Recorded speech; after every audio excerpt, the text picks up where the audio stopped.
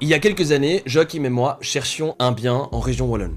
Nous étions totalement perdus, nous savions pas quoi faire, nous avions très peur de commettre des erreurs et nous sommes tombés sur Bertrand. Bertrand est un peu comme notre mentor, c'est la personne qui nous a initiés dans l'immobilier. Depuis qu'il nous accompagne dans plusieurs acquisitions, on a pu bénéficier d'une chose très importante, une chose je pense qui n'a pas de prix, qui est donc son expérience. Aujourd'hui, nous avons décidé de l'inviter pour vous expliquer comment Bertrand pense immobilier. Est-ce que tu peux nous raconter la première fois que tu t'es intéressé à l'immobilier? Oui, tout à fait. Alors, je me suis intéressé à l'immobilier un peu par hasard. J'avais à l'époque 19 ans, je pense. J'étais locataire dans un logement. À un moment donné, j'ai tout simplement eu la réflexion de me dire, bah tiens, je paye un loyer à quelqu'un. Cette personne, du coup, bénéficie de ce loyer pour rembourser son crédit. Et donc, je me suis dit, bah pourquoi est-ce que je m'intéresserais pas à faire ça aussi? Pourquoi pas, voilà, investir sur un ou plusieurs biens par la suite, peut-être en vue d'arrêter mon travail plus tard, etc., quoi. Et donc, c'est tout bonnement comme ça que ça a commencé. À l'époque, le problème, c'est que j'étais pas bien entouré à ce niveau-là. Il n'y avait pas de formation, il n'y avait pas beaucoup de contenu sur les réseaux qui parlaient d'immobilier, etc. Donc, vraiment, j'ai démarré comme ça, juste avec l'idée. Et moi, j'ai investigué par moi-même par la suite, quoi. C'est venu de toi tout seul ou c'est un ami qui t'a dit écoute fais plutôt ça Bertrand pour Non, des non, revenus passifs c'est vraiment venu de moi-même. Sérieux? Ouais. Ok, donc t'as observé quoi en fait, tu t'es rendu compte J'observais que- tout simplement la personne à qui je louais à l'époque, était une personne qui avait déjà un certain nombre d'années. Je dis bah tiens, voilà, certes il a déjà de l'âge, mais il possède de l'immobilier, mais est-ce qu'il n'y a pas moyen de le faire en étant plus jeune? Et donc c'est comme ça qu'après bon, j'ai un peu creusé, j'ai regardé toutes les annonces sur ImoWeb, etc. à l'époque, et je me suis intéressé à l'immobilier en me disant bah soit j'achète une petite maison ou un petit immeuble de rapport à transformer. Moi, je voulais savoir quand tu as eu cette réflexion qui est venue de toi-même, de te dire ah, je vais investir en immobilier parce que mon propriétaire qui fait de l'argent comme ça et que c'est intéressant, qui s'enrichit de cette manière. T'avais quel âge exactement? Moi je pense entre 18 et 19 ans, 19 ans plutôt à mon avis. Ouais. Ah, c'est incroyable hein, que tu t'es intéressé à ça comme ça de Ouais. toi-même, juste en observant. Mais j'ai pas passé à l'action tout de suite, hein, parce que Ok. j'avais pas les fonds à ce moment-là, rien du tout. Ok. Mais Et c'est t'as- un truc qui a commencé à germer dans mon cerveau. Ouais. Tu sais nous raconter ton premier investissement immobilier? Qu'est-ce que ça a été? Un appartement, une maison unifamiliale? Après, l'investissement immobilier, c'était un immeuble de rapport. Ah carrément. Ouais, Le mec il a commencé carrément immeuble de incroyable. rapport, 3 unités. Et en fait, le but de la démarche, c'était quoi? C'était d'acheter ce bien-là où il fallait tout refaire. Mon but, c'était en fait de transformer tout l'immeuble, refaire un neuf, louer 2 unités. Et ces 2 unités-là, en fait, allaient me payer gratuitement mon logement. Ok. Et donc, moi, j'ai logé dans l'appartement de rez-de-chaussée pendant que j'exploitais les 2 autres à l'étage, quoi. Et ce qui m'a permis, déjà à l'époque, de ne pas payer de loyer, in fine. Donc, j'avais un appartement Gratuit. gratuitement, quoi, en gros. Et Ouais. c'est comme ça que j'ai débuté, ouais. Et ça, donc, t'as eu cette idée encore une fois tout seul ou bien t'avais eu le schéma de pensée en lisant Tout quoi? seul.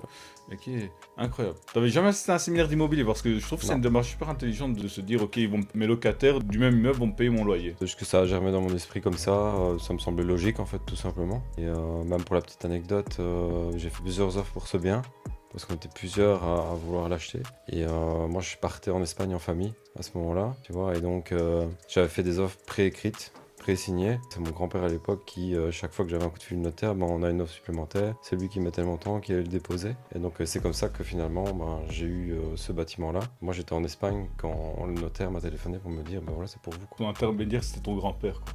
Ouais, à l'époque, ouais. Ah, C'est lui c'est qui bien. faisait le coursier. C'est une personne de confiance. Ouais.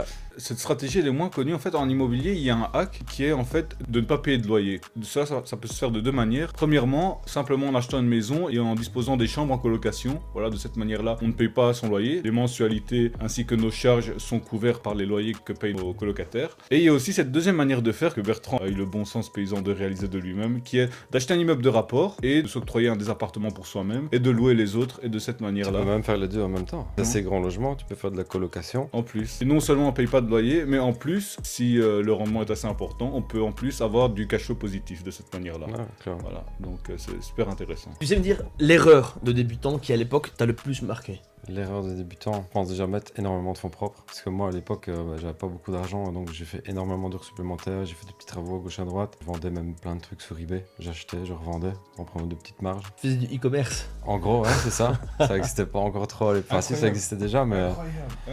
je faisais ça un peu pour arrondir mes fins de mois. Et donc, du coup, en fait, j'ai créé toutes mes économies quand j'ai acheté le bâtiment. J'ai pas fait de crédit travaux non plus. Et donc, je me suis dit, en gros, c'est un peu all-in. Je mets la compte, j'ai le financement, et le reste, j'ai fait les travaux moi-même. Mais ça m'a pris 2 ans ans, ça m'a tué, vraiment. Parce que j'ai fait tous les travaux moi-même, j'ai pris personne d'autre, j'avais pas les moyens. Et donc ça a été compliqué. Donc je pense que l'erreur là, c'est déjà mettre trop de fonds propres et peut-être vouloir faire trop soi-même. Là, je l'ai fait parce que j'avais pas de fonds, mais quand on a un peu de fonds ou qu'on est suivi par la banque, je pense qu'il est intéressant de déléguer les travaux. Mais au début, tu vois, j'imagine que c'est normal que tu aies donc dû mettre des fonds propres. Tu vois, t'étais pas encore connu par la banque aussi. On est forcément obligé de passer par là. Peut-être avec un membre de la famille pour faire une hypothèque, Ok. sur son bien, pour être D'accord. financé à 100%.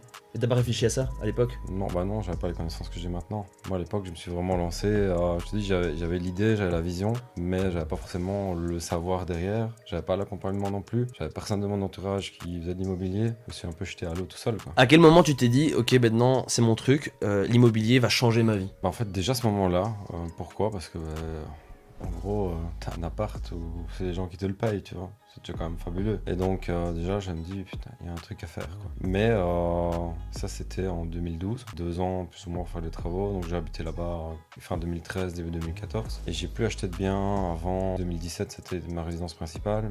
Mais de biens d'investissement, j'ai attendu 2019. Ok. Avant de vraiment m'intéresser à nouveau à l'immobilier locatif, parce que bah voilà, je voulais avoir vraiment des bases solides pour pouvoir continuer à faire du patrimoine, quoi. Pendant ces 2 années, c'est là que tu t'es formé. C'est un peu contre-intuitif par rapport à ce que je viens de dire avant, mais je me suis formé surtout à partir de fin 2019, début 2020. Parce que là, je me suis vraiment intéressé à l'immobilier à fond après mon deuxième achat en 2019. Et bah là, j'ai rencontré plein de gens qui étaient dans l'immobilier. Et c'est là vraiment que j'ai commencé à avoir beaucoup plus de contacts, beaucoup plus de savoir et avoir aussi l'envie de vraiment exploser, quoi. Tu nous as dit que tu t'es formé. Ouais. Tu pourrais nous dire avec qui tu t'es formé exactement? Déjà, je regardais un petit peu ce qui se passait en France, dans un premier temps, parce qu'en France, il y avait déjà des séminaires immobiliers, etc. à l'époque, en 2019-2020, chose qu'il n'y avait pas en Belgique. Mais j'avais un ami qui s'appelle Jérôme, qui se reconnaîtra sûrement s'il voit la vidéo, qui avait d'autres amis qui ont fait des séminaires, des formations ici en Belgique, et ceux qui ont commencé par ça c'était en 2020. Et donc bah, moi, comme j'étais ami avec eux, voilà, j'ai pris un ticket d'entrée aussi pour voilà, lancer leur business et les accompagner dans le délire en soi. Et donc c'est vrai que j'ai appris aussi à avoir un peu plus de compétences à ce moment-là, via les contacts et tout ça, beaucoup plus que via les formations. Moi, je pense que ça a bien débuté par là en tout cas. Olivier Seban, ce nom il revient beaucoup en immobilier. Est-ce que ça a joué un grand rôle dans ta formation, le coaching que Alors t'as suivi c'était avec lui? un des gars que je suivais effectivement en France, mais j'ai pas fait de formation chez lui. J'ai juste écouté pas mal de ses contenus, et les vidéos en fait qu'il diffusait et tout ça. Je me rappelle bien, même, je crois que j'ai acheté un bouquin aussi qu'il avait sorti, un petit trou de mémoire, mais je pense qu'il avait sorti un bouquin que j'avais acheté à l'époque. Ouais, c'était surtout comme ça.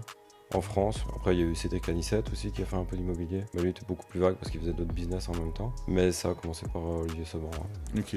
Et si tu devais choisir un de tes formateurs ou un des livres, ce serait lequel? C'est Grégory Hanoch. Ok.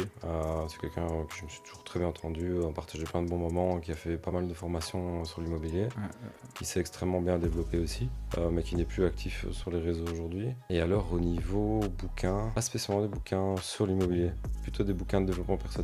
Parce que moi j'avais toujours un peu des croyances limitantes de me dire bah tiens, moi je démarre de rien, donc pourquoi est-ce que un jour je serai libre financièrement, millionnaire? Je pense pas que ça arriverait. Et c'est vrai que le fait de lire pas mal de bouquins sur le développement personnel, ça m'a incité à dépasser mes limites, quoi. Une chose qui m'a interpellé quand tu as parlé de Grégory Hanoch et également que j'ai fait le lien par rapport à ton parcours et le parcours en fait de beaucoup de personnes qui s'intéressent à l'investissement et à l'entrepreneuriat, c'est la dispersion. Pourquoi je vais aborder ce point? Parce que moi personnellement la dispersion ça m'a énormément ralenti, d'avoir mon esprit concentré sur diverses choses au lieu de me concentrer à 100% sur l'immobilier. Je sais que toi aussi ça t'a pas mal interpellé et je pense que ça a impacté énormément de gens, hein, surtout avec l'opportunité pour certains et la perte pour d'autres des crypto-monnaies qui sont arrivées assez rapidement, voilà, qui ont fait gagner ou perdre beaucoup de gens à pas mal de personnes. Je pense à ça pourquoi? Parce que Grégory Hanoch, on a entendu qu'il s'est pas mal diversifié ces dernières années dans l'entrepreneuriat, dans le rachat d'entreprise ou quelque chose comme ça, ou bien dans le rachat de franchise. Et je me demande si c'est pas ça qui a causé sa chute. J'avoue, je me suis pas intéressé à la chose de près, mais voilà, je sais que toi par exemple, également en crypto-monnaie à un moment tu y avais pensé, ça a marché, mais également le fait d'avoir, là en l'occurrence, d'avoir diversifié ou dispersé, tu me diras le terme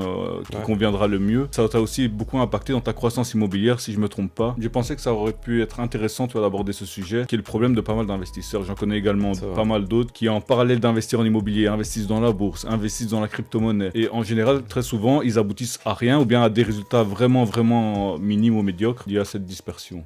Alors c'est vrai et pas vrai en même temps. En fait, ça dépend ce que tu fais. Par exemple, tu peux très bien faire de l'immobilier, faire de l'entrepreneuriat en même temps et en même temps investir dans des crypto-monnaies ou dans des actions boursières, pourquoi pas. Si tu fais de l'investissement passif, vraiment des trucs où tu te prends pas la tête, tu sais que bah, voilà, tu as investi en DCA toutes les semaines ou tous les mois, tu te prends pas la tête. Maintenant, là où tu peux avoir des pertes, et c'est ce que moi j'ai eu, moi j'ai fait de l'investissement comme ça passif et j'ai gagné pas mal d'argent avec ça, mais in fine, qu'est-ce que j'ai fait? J'ai fait de l'investissement actif et donc j'ai acheté des actions ou des cryptos que je revendais, je rachetais des autres, etc. Et donc à un moment donné, ben, tu arrives toujours où c'est une mauvaise période du marché, tu prends des pertes, mais comme t'es pas focus sur ça, que tu as plein d'autres choses à gérer, tu as des pertes latentes qui sont là, qui deviennent conséquentes, et c'est là où du coup ça devient dangereux et que tu perds de l'argent parce que ton focus est sur plusieurs choses en même temps. Parce que tu t'es dit, ben voilà, je fais de l'investissement actif en bourse et en crypto par exemple, donc ça te demande du coup finalement tout ton temps que si tu faisais bêtement de l'investissement passif, quoi. Ah, super intéressant. Donc pour toi, il y a une manière de le faire qui pourrait nous permettre Ouais. de rester focus sur notre activité d'investissement principale C'est ça. et tout en diversifiant, qui est une manière de le faire de manière passive. En fait, c'est un peu comme tout, hein, même aller en immobilier, on va dire passif, de nous assurer une continuité sans, on va dire, trop prendre de risques, on va dire c'est le locatif. Ensuite, tu peux faire de l'achat-revente, mais c'est plus énergivore mentalement, plus chronophage, ça nous prend beaucoup plus d'espace mental. Et c'est la même chose pour tout, et je pense qu'il faut choisir une méthode d'investissement continu où tu fais du DCA, que ce soit l'immobilier locatif, que ce soit la crypto, que ce soit voilà notre pilier d'enrichissement principal et les autres pour diversifier sur le côté, mais les rendre passifs au maximum. Donc, C'est ça, faut choisir ses combats, quoi. Ok. Par exemple, moi, à un moment donné, j'ai une société de menuiserie dans les châssis, vous le savez bien. J'avais beaucoup de boulot là-dedans. Et donc, du coup, rien qu'avec l'immobilier sur le côté, mais des fois, je n'arrivais pas à gérer les entrées, les sorties de locataires, les impayés. Et des fois, je regardais mon compte 3-4 mois après. Et donc, je me rendais compte qu'il y avait des impayés depuis 2 ou 3 mois déjà. Et donc, ben là, finalement, je perdais de l'argent parce que j'étais focus plus au côté entrepreneurial et plus trop sur le côté investissement finalement. Et donc je pense qu'il faut trouver le bon équilibre des deux ou bien pas trop se diversifier. Ok, merci beaucoup pour ta réponse, Bertrand.